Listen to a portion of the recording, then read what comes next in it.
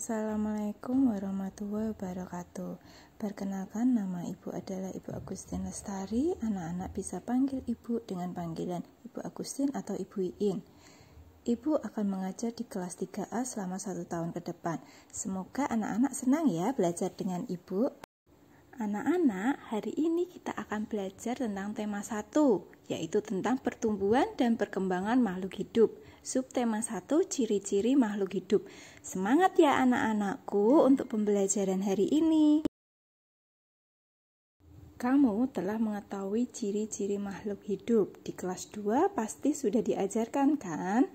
Ciri-ciri makhluk hidup yaitu makhluk hidup itu bernafas. Makhluk hidup itu bergerak. Makhluk hidup itu tumbuh dan berkembang. Makhluk hidup itu membutuhkan makan dan minum. Makhluk hidup itu berkembang biak. Dan yang terakhir, makhluk hidup itu peka terhadap rangsangan.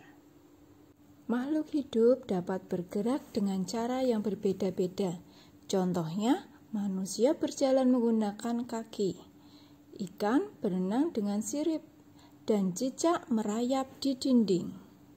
Setelah yang disebutkan tadi, kita akan belajar tentang cara bergerak hewan. Yang pertama yaitu lumba-lumba, bergerak dengan siripnya, kemudian lebah menggunakan sayap, angsa menggunakan kakinya, kanguru dengan cara melompat menggunakan kaki, ular melata, kemudian beruk itu memanjat dengan kedua tangan dan kakinya, yang terakhir orang utan bergelantungan dengan kedua tangan dan kakinya.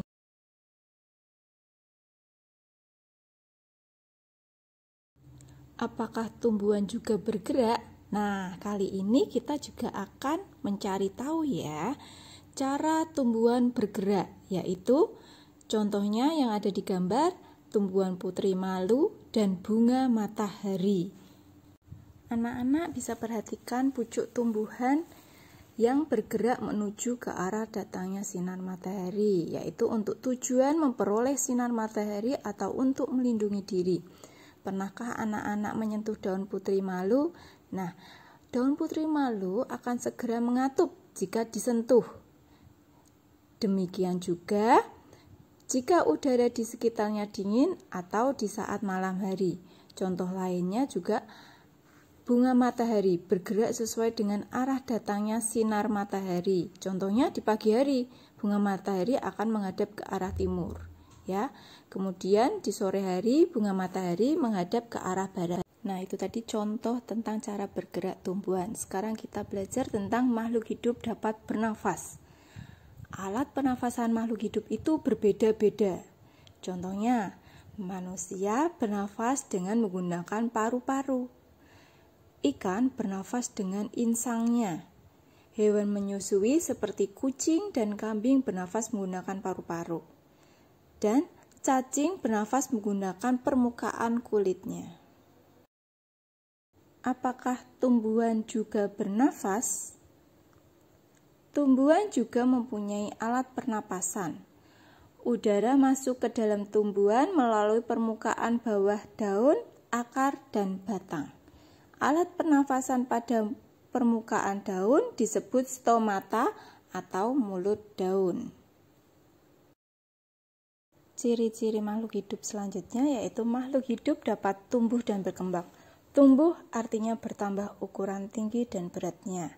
Coba kalian lihat diri kalian waktu masih bayi dan bandingkan dengan yang sekarang. Apakah ada perbedaan ukuran tinggi dan beratnya? Pasti ada. Dan itu tidak hanya terjadi pada manusia dan hewan, tapi juga terjadi pada tumbuhan. Bisa dilihat ada gambar pertumbuhan kacang hijau.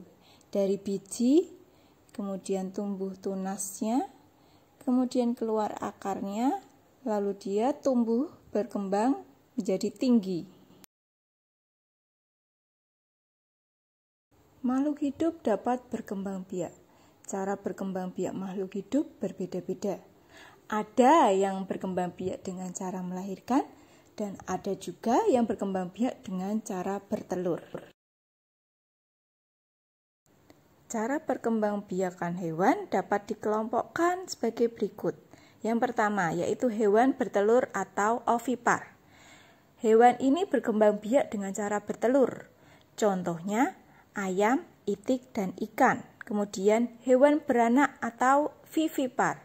Hewan ini berkembang biak dengan cara beranak atau melahirkan, yaitu contohnya sapi, kambing, dan kucing.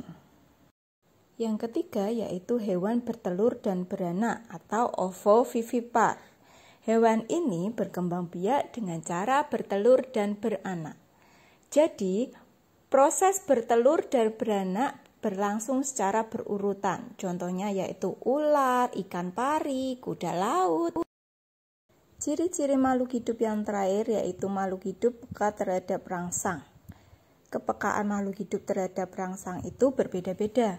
Contohnya, jika kita melihat sinar matahari atau sinar yang menyilaukan lainnya, dengan cepat kita akan menutup mata.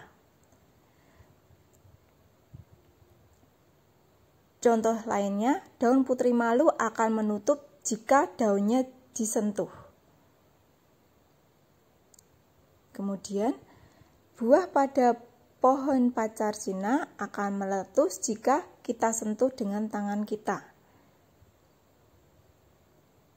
Landak dan kaki seribu akan menggulungkan badannya jika terkena sentuhan.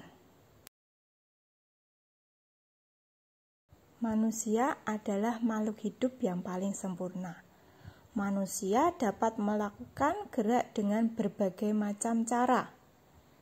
Perhatikan gambar berikut ini. Ikuti berbagai gerak berjalan dan berlari seperti gambar. Ada berjalan ke samping kiri, berjalan ke samping kanan, berjalan ke depan, dan berjalan ke belakang. Kemudian ada berbagai macam gerak berlari.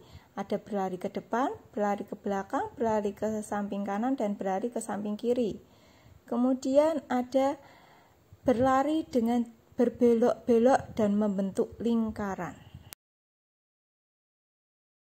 Sekarang, cobalah melakukan gerakan gabungan antara jalan dan berlari seperti gambar berikut, atas pengawasan orang tua.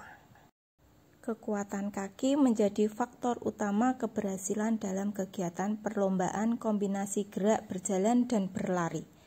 Dalam setiap perlombaan selalu ada yang menang dan kalah. Pemenang harus bersyukur dan tidak boleh sombong. Sebaliknya, yang kalah tidak boleh berkecil hati dan harus terus berusaha.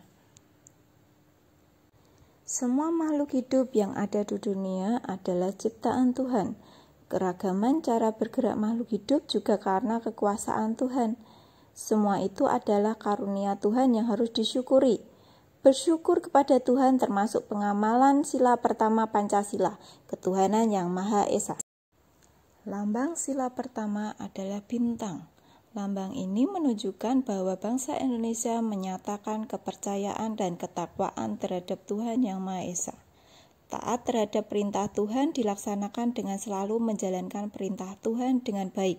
Selain itu juga harus saling menghargai kepercayaan orang lain. Bersyukur adalah berterima kasih dengan semua yang diberikan Tuhan. Sikap selalu bersyukur adalah salah satu contoh pengamalan sila pertama Pancasila. Garuda Pancasila adalah lambang negara Indonesia. Burung Garuda besar, gagah, perkasa. Lihatlah perisainya. Perisai itu memuat simbol dari sila-sila pada Pancasila. Pancasila adalah dasar negara kita.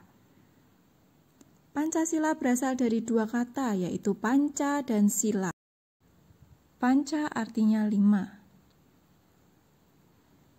Sila artinya dasar atau aturan. Pancasila artinya 5 dasar atau aturan. Berikut adalah lambang dari sila Pancasila. Sila pertama berlambang bintang ketuhanan yang Maha Esa. Sila kedua berlambang rantai kemanusiaan yang adil dan beradab.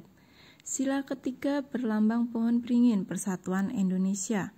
Sila keempat berlambang kepala banteng, kerakyatan yang dipimpin oleh hikmat kebijaksanaan dalam musyawaratan perwakilan. Sila kelima berlambang padi dan kapas, keadilan sosial bagi seluruh rakyat Indonesia. Nah, demikian pelajaran untuk hari ini. Terima kasih anak-anakku sudah mendengarkan penjelasan dari Bu Guru. Semoga kedepannya lebih semangat lagi ya untuk belajar bersama Bu Guru lewat pembelajaran daring ini.